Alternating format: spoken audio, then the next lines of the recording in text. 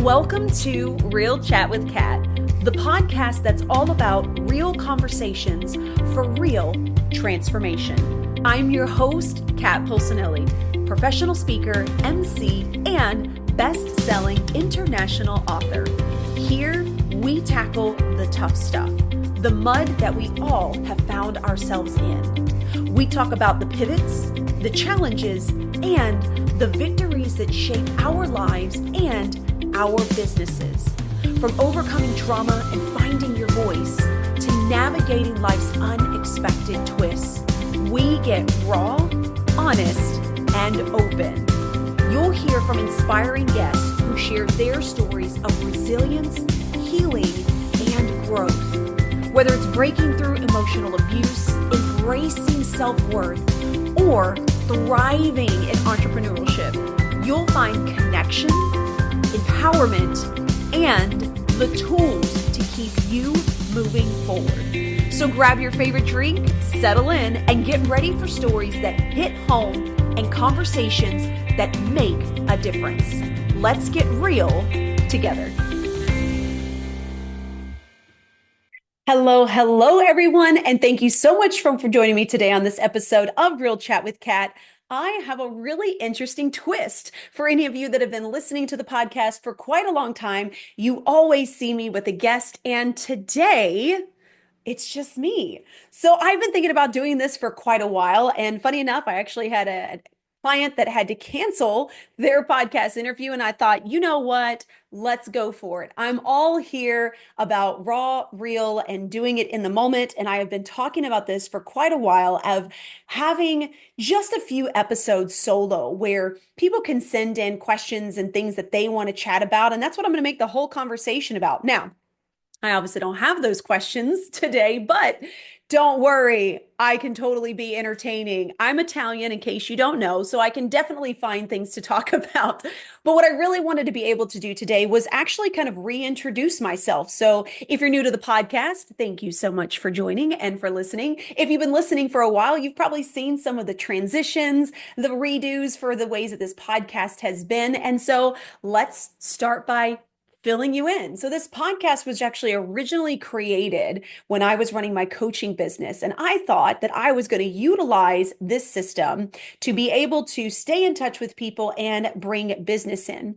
What I quickly realized was I actually enjoy speaking a lot more than I enjoy coaching one-to-one. So for anyone out there that is newer in their journey or even has been in their journey for a really long time and you're like, this just does not light me up anymore, just know that I have changed several times in my business since I have started. And while it is definitely scary, and while it definitely feels like, oh, people are not going to understand, what I have realized is I get to take all of these abilities and these pieces that I really enjoy and I really love, and I now get to kind of mesh them together in a way that really, truly makes sense for me.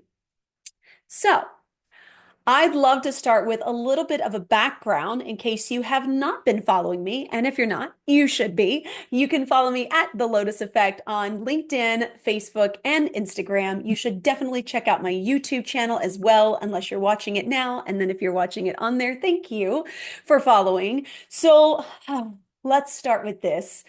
Over 5 years ago, I was actually someone that was in the medical field. That's where my background was at. I got into real estate after losing my job over a moral disagreement where my doctor and I did not agree with what he was wanting to charge people after we had already told them something. That completely flipped my world upside down. Now, on top of that component, there was also these other pieces, which was I was still healing from a 10-year domestic abusive relationship that I was only a few years out of. I had just felt like I was getting on my feet. I was in a brand new relationship. I had bought a home and the whole 9 yards when this came crashing down. And at that point in time, it was definitely a decision for me to really look into who I am and where do I actually want to go. And one of the things that I've always really enjoyed, which is one of the reasons why I got into the medical field, was I wanted to help people. I wanted to help other people feel better or make them feel good or help them in the health system. So that was the reason why I chose that role. And funny enough, I had already been thinking about real estate because I was like, I can help people the way I want to. FYI, not exactly how that works. If you've been a realtor, you know, if you're thinking about it, make sure you do your research outside of what brokerages tell you. Now, I started my real estate journey just over 5 years ago after I lost my job, jumped into it full force, and I actually did pretty decent. I had 3 clients within the first 3 months of me starting my business, but it is a lot of work. And it was also the first time that I had ever stepped into the entrepreneurial role. Which, by the way, if you've ever stepped into the world of real estate, you don't find a lot of real estate agents that call themselves an entrepreneur or a business owner. We're in real estate. That's what we do. We have a brokering manager that helps make sure that our stuff is done correctly. And so we kind of see it as an in-between from corporate to the entrepreneurial space. Funny enough, I actually didn't learn the term entrepreneur until I decided to get into coaching a couple of years later. Isn't that funny? It's really interesting to see like what you're around and the people that you surround yourself with and how you're constantly learning things that once you're in the field, you're like, oh my gosh, I thought everybody knew this. And then you find out like nobody knew. Or maybe that was just me. So I stepped into this space and I met tons of people. I helped a lot of people buy and sell homes. And what I realized was I was also going through a shift in my personal life at that time. So I decided to join a team so I could have extra support. I ended up selling my house during that time. I broke it off with the person that I was engaged with at that time that I'd been with for almost 5 years. And I decided to start all over with my kids.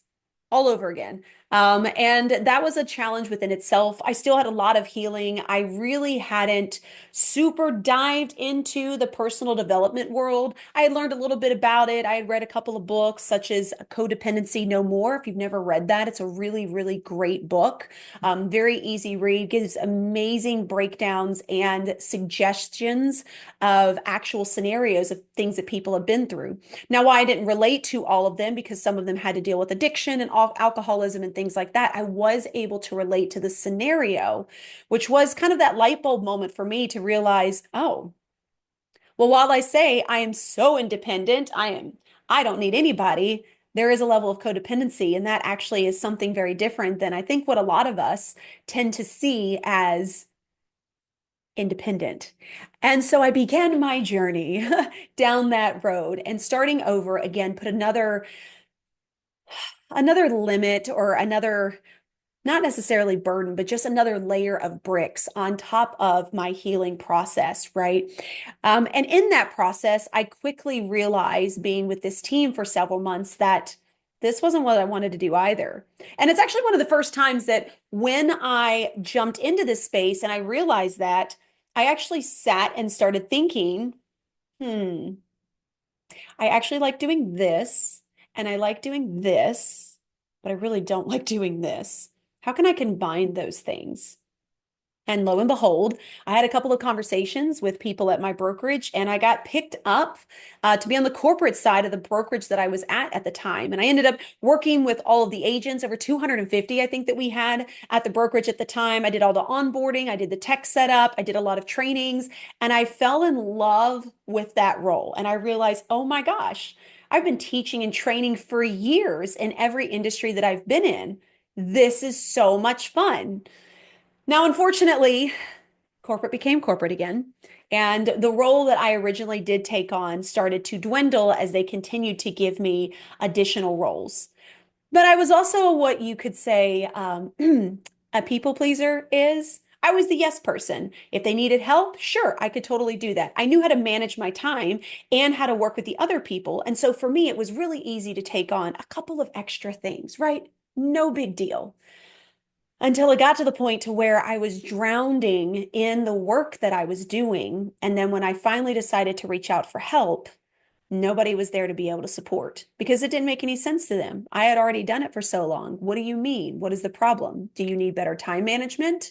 Do we need to maybe do this?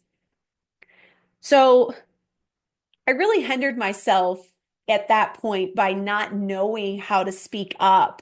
But that also meant that I didn't know how to set boundaries for myself at that point in time either. Now, what I will say is, in the journey of real estate, I did have the opportunity to meet my now amazing husband.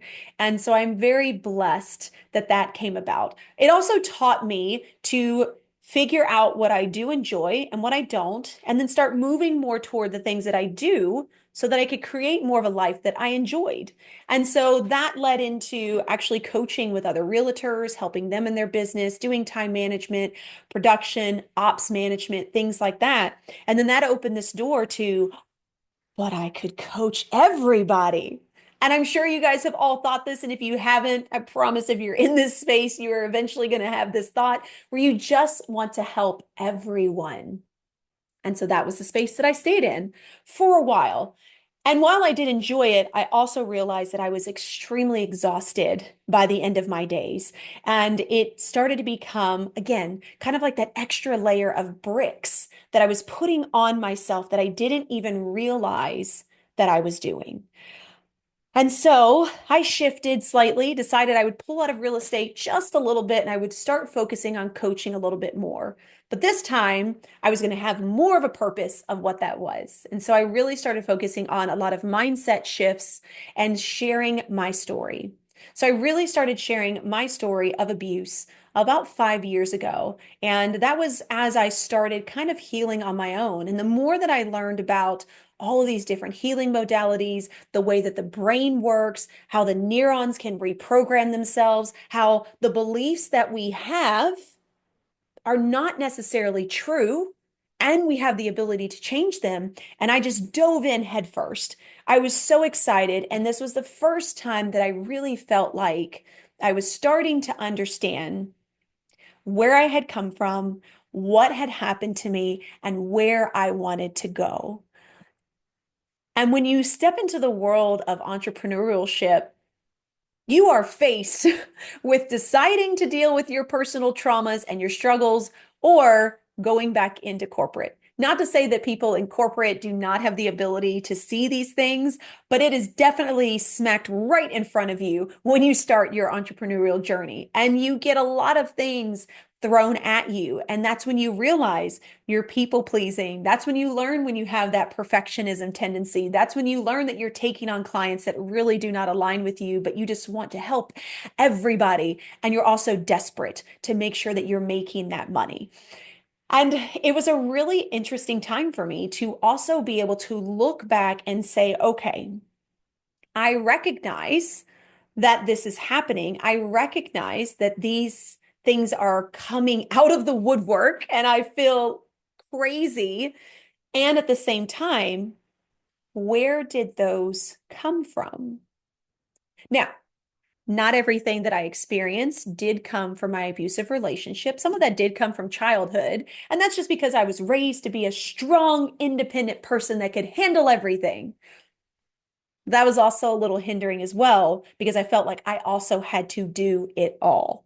And that's, I feel like, where we get into this busy phase that we tend to find ourselves in, where we're working on our business and we're doing all these things, but we're also doing a lot of extra things like checking our email 15 times a day, making sure we're responding to every single person that reaches back out to us, bouncing from one thing to the next instead of being focused on what needs to be completed before moving on.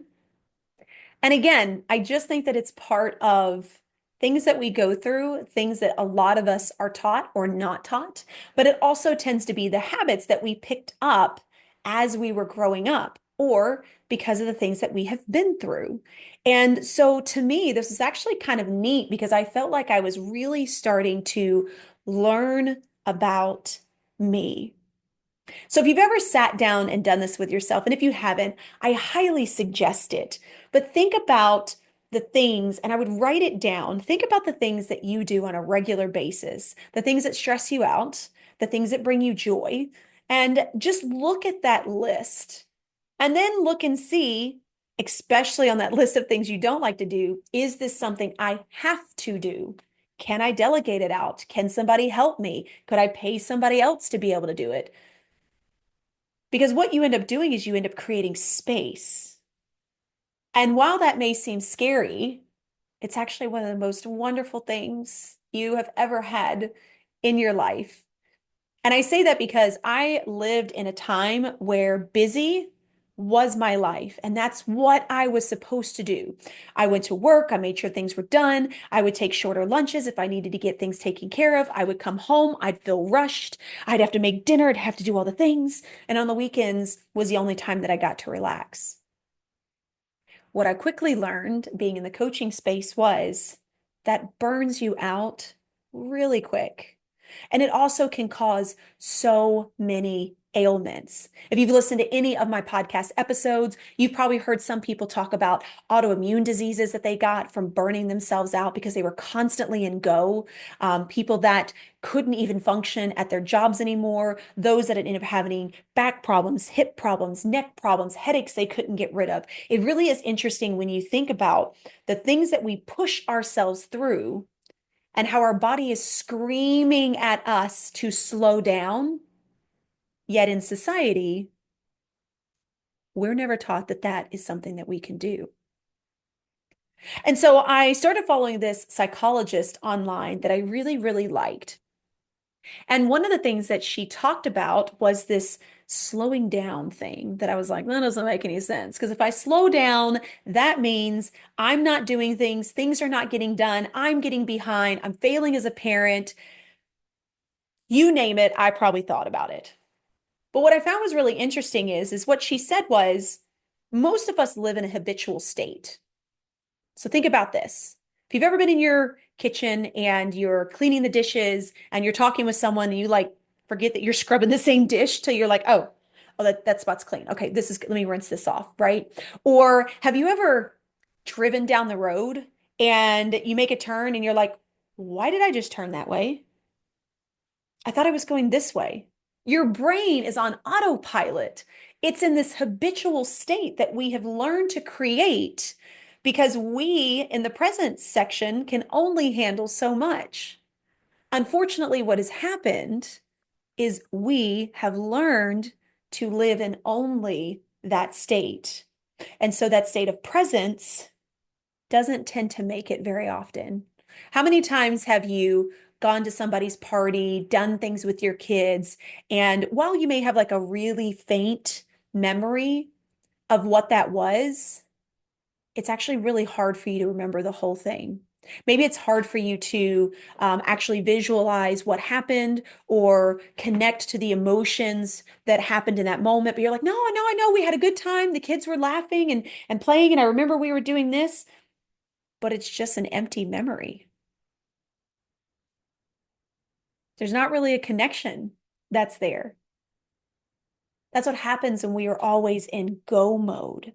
That's what happens when we don't have the chance to slow down, take a breath, see what's going on around us, pay attention to our senses, and be in that moment. So I was following this psychologist, and one of the things that she said that she did that helped her was she would set random alarms on her clock every single day. She would set different ones. And every time that that alarm would go off, she would have to take 5 minutes. That's it, people. 5 minutes to pause. And what she did during those 5 minutes is she focused on each one of her five senses. So when that timer went off, she would say, okay, what do I see around me? And she would name them off. What do I feel? What am I touching? And she would name it off. What do I taste? What do I smell? And then close her eyes and focus on what she would hear. What's really interesting about that practice is it actually forces the brain to shut up for just a few minutes because it has to focus on what you're asking it to do. It's kind of like a hyper focus moment. But what's really interesting about it is as you start to do it, you start creating a space where you notice when you get in those habitual moments a lot more than just going through your day and not even realizing that it happened. And so this was one of like the biggest aha moments for me. And I realized, Oh my gosh, I can sit down and have 5 minutes to myself. And so I started doing that. I make sure at lunch that I make time to at least have 10 minutes because sometimes things get crazy, and I understand that. But I schedule out an hour lunch so that I can decide what I need to do in that moment. And that way, a lot of times, if I have 30 minutes, you'll find me sitting out on my back porch eating every time. No phone in my hand, not on a call with anyone, not touching social media, just sitting there in the moment to be. In the beginning, that was one of the weirdest things I feel like I have ever had to do. My brain would go crazy. I wouldn't be able to turn it off. I'd be like, shut up. Or I would find myself scrolling through social media. Like I need to be doing something. Or, oh, maybe I should read a book. Let me just read I'll read a chapter of a book and that'll be my time. No, that's not how it works. You have to learn how to be with yourself so that you can learn to love yourself. And what it also taught me was to pay attention to the thoughts that I was having when I didn't have the opportunity to find something to keep me busy, which then led me to journaling. And I did that for a really long time where these thoughts would come up and I would just write the thought down. And the next thing I know, I'd write another thought down. I'd be like, well, this is stupid. And I would just have a conversation back and forth on the paper until all of a sudden it was 15 minutes later. And I'm like, I don't even know what I wrote. I got 4 pages worth of stuff. And when I went back through that, I was like, oh, wow. I didn't realize I felt that way about myself. Oh, wow. I didn't even realize that I was talking that way. And so, what it taught me was how to analyze the inner voice, how to analyze what you hear a lot of people call the subconscious brain to start to better understand me. Now, I'm not saying that this way works for everybody. I am saying that this is what worked for me because unfortunately for me, the several times that I did try therapy just didn't really do it. I got some great books out of it. I learned a little bit, but it really took me making the time to sit with myself to start to understand me. And for a lot of us, myself including, that's a really hard space to sit in, especially when you've had trauma in your life. Which brings me to my backstory. So I spent 10 years in an abusive relationship from the age of 18 to 28. When I got out of that relationship, my boys were 10 and 7. They are now 20 and 17. I am definitely a proud mama, and we have a really great relationship, but it definitely was not without some very hard battles. Even after leaving that relationship, I had to have my ex rearrested for stalking me, for building a shrine in the house that we had been staying in, trying to win me back. And then I continued to deal with that stalking even after the fact, even after fighting in court. This man would send boxes home with my 7-year-old son for birthdays and Valentine's Day with all of my favorite things that came from my son, who was 7. Now, I don't tell you this to bring pity. I tell you it to help you understand. And this is one of the reasons why I share my story. And if you listen to my podcast, it's one of the reasons why you probably hear me talk about it a lot when I'm speaking to my guests. Because even though my guests, most of them, have not been in that kind of a situation, they have experienced traumas in their life, which created beliefs, uncertainties, fears, and the lack to be able to validate themselves.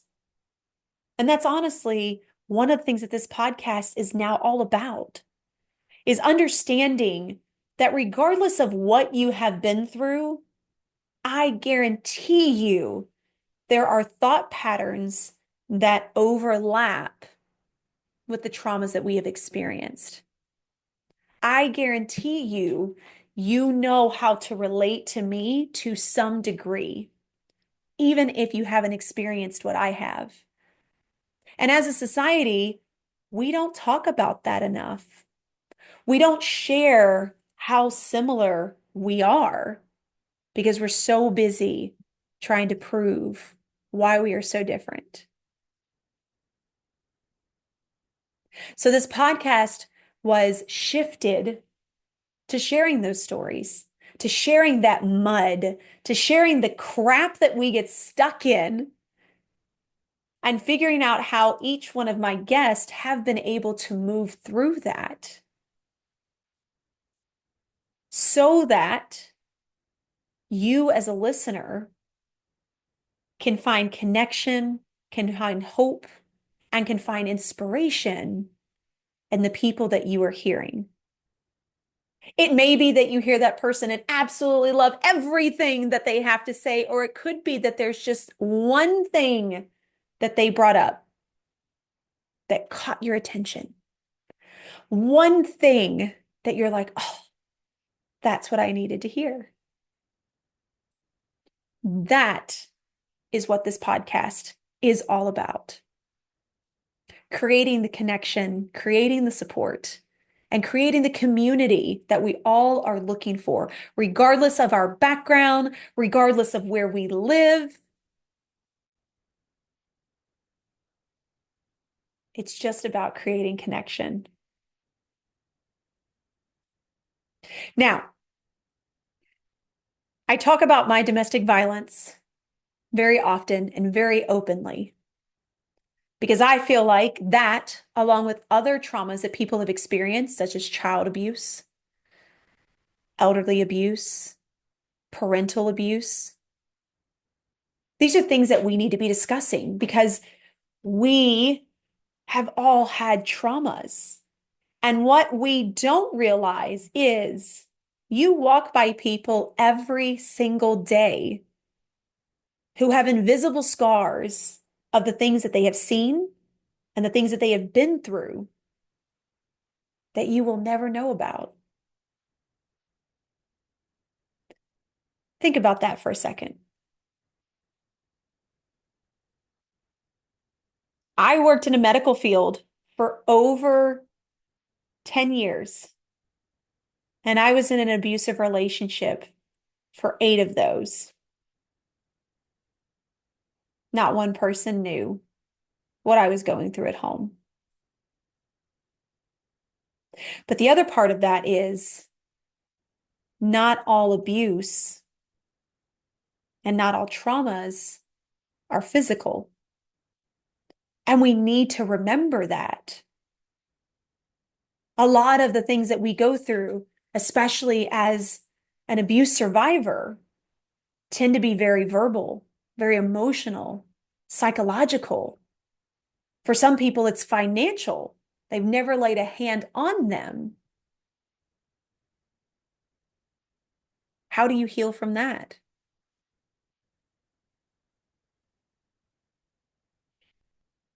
So I challenge you the next time that you're dealing with someone, the next time that you're going through things and somebody cuts you off or pisses you off for whatever reason, maybe just take an extra couple of seconds to say, you know what? I don't know what they're going through. Because they could be having a bad day that has absolutely nothing to do with you. You just happen to be in the path. I know I've done that.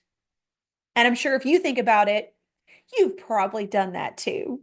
You've probably had that day where something just has ticked you off, and anyone that gets in your way is going to get mowed over. No, maybe just me. Again, what we need to understand as individuals and as a community is we're not as different as we try to make it out. Yes, we all have our own perspectives. Yes, we all have our own backgrounds. Yes, we all have our own traumas and scars that we have been through. And there's a lot of relatability that's in that. There's a lot of things that we have experienced that crisscross.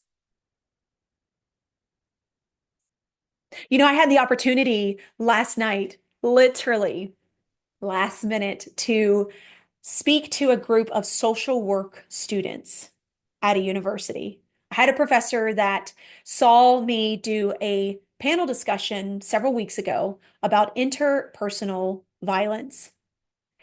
And he asked a couple of questions at the end of the session as well. We had hosted a huge Q&A.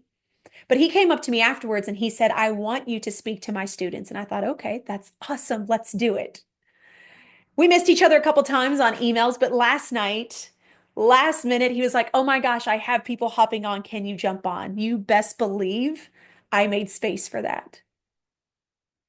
So I got to speak to a group of social work students, those that are going into a field that are going to be faced with other people's traumas on a regular basis, that need to understand what it is like from someone who has been through some of those traumas, and for them to also understand the importance of making sure that they make space to heal their own.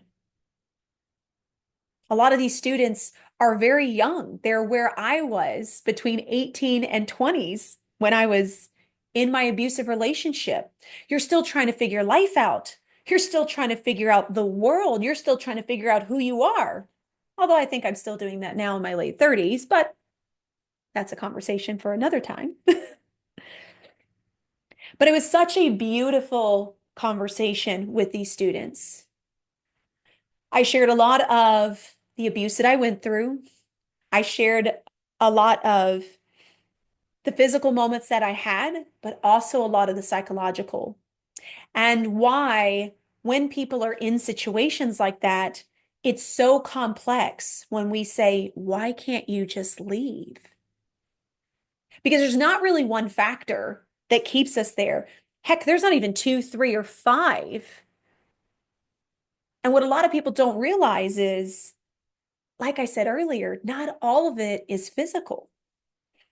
And for most situations, it doesn't happen in the beginning of that relationship. It takes years and they slowly build up to it.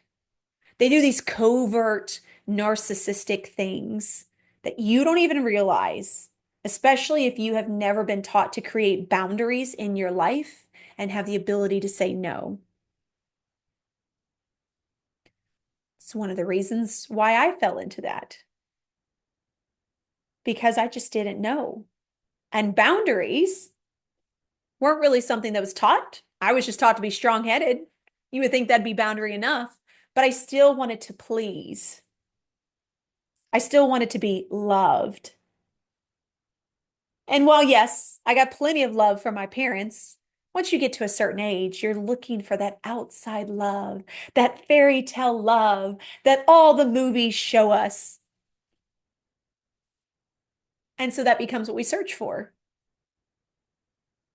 And so, like in my situation, my ex would, what a lot of people call, love bomb me. I didn't realize that that's what it was. I just enjoyed that somebody cared. I just enjoyed that somebody loved my son and took him in.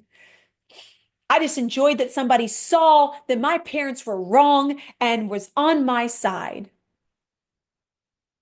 But what I didn't realize was every time that I saw how great he was in that aspect, and he made sure that he made it seem that way, the easier it was for me to fall in love and to trust that he was going to be there for me, and he was going to take care of me, and he was going to do right by me. So by the time I experienced my very first physical piece of abuse, I had already been in that relationship for 3 years. Now imagine the mindset shift when you're slowly pushed away from your friends and family. You're slowly pushed away from people that could tell you differently. You become kind of isolated. But in your brain, it's just that you guys love to spend time together. And that's what happened to me. And by that point, By the time it first happened, I think I was in such a moment of shock that it didn't even register what had happened. And then, of course, there's the crying and apologizing. And if you wouldn't have done this, I wouldn't have done that to you. And, we just have to do better. And you're like, okay. And so that becomes a cycle of your life. And so, unfortunately, for a lot of victims, one of the reasons why they stay is because they're constantly fighting with understanding that on one hand, they have all these good things that they have seen happen. They've had great moments. They maybe had great months together. But on the other hand, there's this. But is this as bad as this? Or does the good outweigh the bad? I can't remember. I'm not sure. You want to think positively, so the positive tends to take control, and you're like, okay, well, maybe it wasn't as bad. Maybe that was just a moment. Maybe that was just a couple of days. Maybe that was just a time. Until your brain picks up that it's actually a pattern going on in your life. And so it learns how to be able to deal with that pattern. That then becomes your new normal.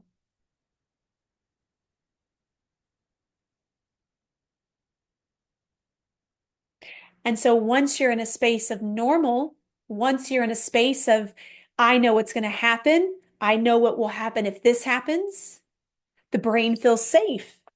It's like, yes, we know the outcomes. We can do this. That's fine. We at least know how to handle it.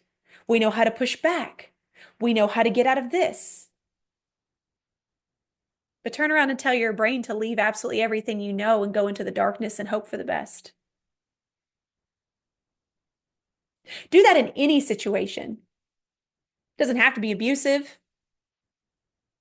Think of where you are sitting today and think of when you asked for that job promotion and you almost hyperventilated because you're like, oh my God, this is completely brand new. I don't even know if I can do this job. Think about that moment where you decided, I'm going to start my own business, and your body went, oh my God, how do we do this? We've never done it before. There's no way. We're not good at this. We don't have this. There's no certifications. There's been no training. Who's going to listen to us? Now take that same mindset and shift that into someone that is trying to figure out if they should leave or not. Did you know that on average, it takes someone up to 7 times to leave their abuser? I thought that was a really interesting statistic, something I had never thought of. And then it made me think about my relationship, and I thought, oh my gosh, I don't know if I can count 7, but I definitely know there were several times where I was like, I am done, I am leaving. And I instead went back.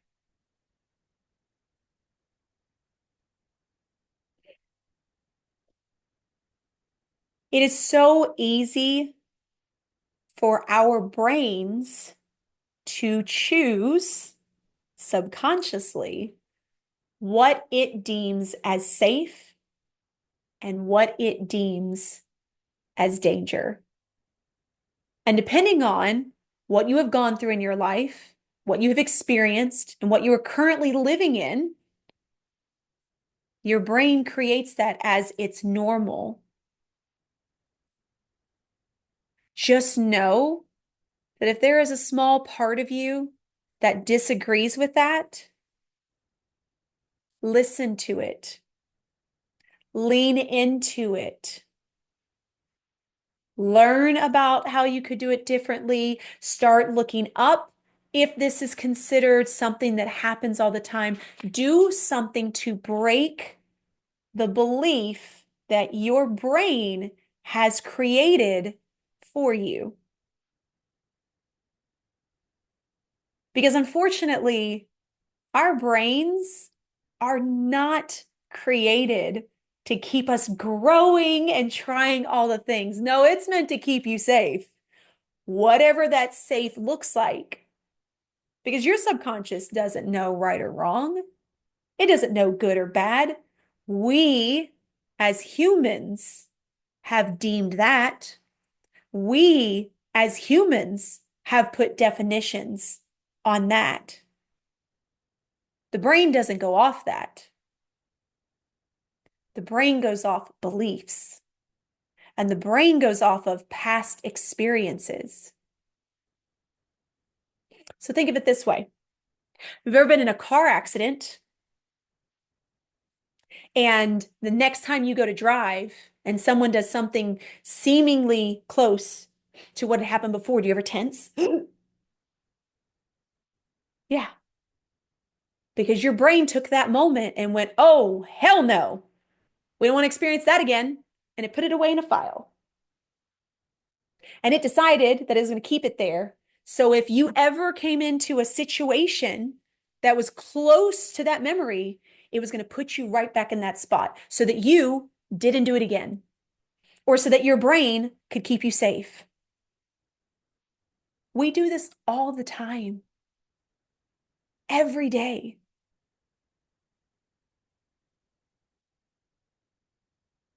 One of the best things that I ever did in my life was deciding to challenge my own beliefs. So if something came up and my brain went to go one direction and I was like, I just don't know if I agree with that. I started learning to search for the evidence to prove my brain wrong.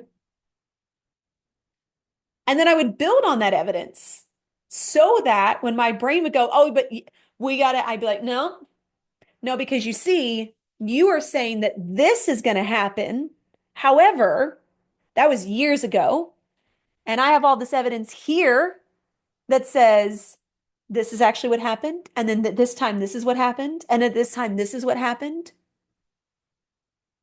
And that's where I talk about you literally can program the neuron connections. So what your brain believes, you have these connections, and they're all connected together. But once you start to tell it something else enough times and prove it, it breaks that neuron and it connects to the new one. This is why you see people that have never decided to work out and all of a sudden they're a bodybuilder. They changed their beliefs. They changed how they saw themselves and they changed what they allowed their brain to think about them and their abilities. This is the reason why I say you always have a choice. If you listen close enough to what your brain is telling you, you always have a choice. You get to choose to believe what it's saying and stay in that loop, or you get to choose to challenge it, break that neuron, and create a new connection. We do it all the time. All the time. It's just a lot of times we don't even realize that we've done it. And so when we get in a space of something that feels really, really hard, we forget that we've already done it, that we've already chose the challenges before, that we've already chose to do something different, that we took a risk at one point in time and we didn't die. We forget that we do that all the time. When you get in a new relationship, you take a risk of loving someone, of knowing someone, of being a part of their life. When you get pregnant, that's another one. That's something you've never experienced before. Again, your brain can go into fear. Oh my gosh, what would happen? How am I going to be as a parent? Do we got to do this? And you prepare, you learn, right? You change. You make the choice that you are going to accomplish your mission, whatever that is, or that you are going to try your hardest. You do it all the time. Think about that the next time that your brain stops you and you know that there's a small part of you that disagrees with it. There's that teeny tiny little piece. Remember that. Choose to challenge your brain. Choose to challenge your beliefs. Because I guarantee you will find out that a lot of things that you thought you believed in was because you heard it from somebody else for so long, you just accepted it. The choice is always yours.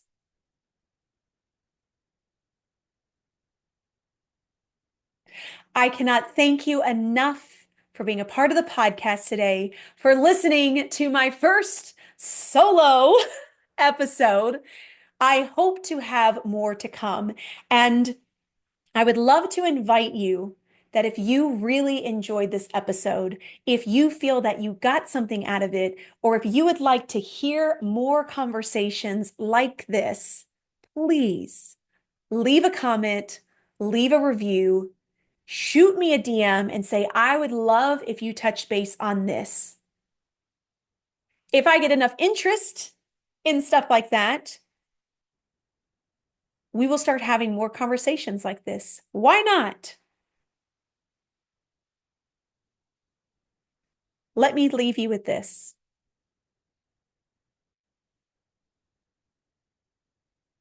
I know that you may feel completely alone at times. And I know that there are times where you don't know if you can keep going. I have those moments too. Make the choice. Choose your hard. Choose to challenge how your brain thinks. Don't let it control you. Until next time, do one thing positive for someone each and every day and see the difference that it can make in your life. And I will catch you in the next episode. Mwah. Thank you so much for tuning in to Real Chat with Kat today, where real stories meet real solutions. If you loved today's episode, don't forget to subscribe, leave us a review on Apple, and share this with someone who may also need to hear this as well. Let's also keep the conversation going. Follow me on socials at The Lotus Effect, connect with our incredible guests, and remember, you are never alone. Your story matters, and you have the ability and the power to rewrite it.